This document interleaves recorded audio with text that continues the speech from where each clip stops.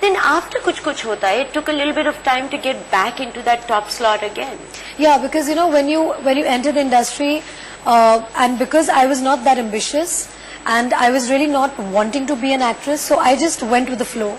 If I was really... How do you survive not being ambitious in this industry? It's quite crazy, because see, if you are looking in for doing something, then you start calculating, you take your steps really carefully, then you think 100 times before signing a film.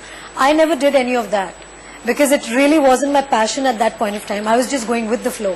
But the more I got into it, the more I started falling in love with the medium. I started falling in love with this entire profession. I started enjoying acting, and then there came a point where I kept doing these films randomly, and I realized that this is something that I'm not enjoying.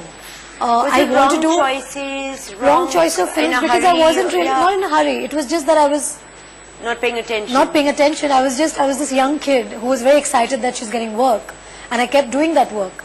And I realized that I realized that I had much more potential, because when I used to get my fan mails, you know, I realized that my fans expect a lot out of me, and they're like, "Why don't you do films that are revolving around you?" And I was like, "Okay, that's quite something." With Satya, isn't it? Right. Like you suddenly found this natural. We saw this Rani. Yeah, actually, Adi signed me on for Mujhse Dosti Karoge, and the first thing he told me is, "What are the films that you're doing?" And I gave him a whole lot of a list of my films, and he's like, "Okay, if you do my film, you have to not do these other films." How did Adi meet you, and how did Adi sign you for Mujhse Dosti Karoge? See, actually, because I had done Kuch Kuch Hota Hai, I knew everybody.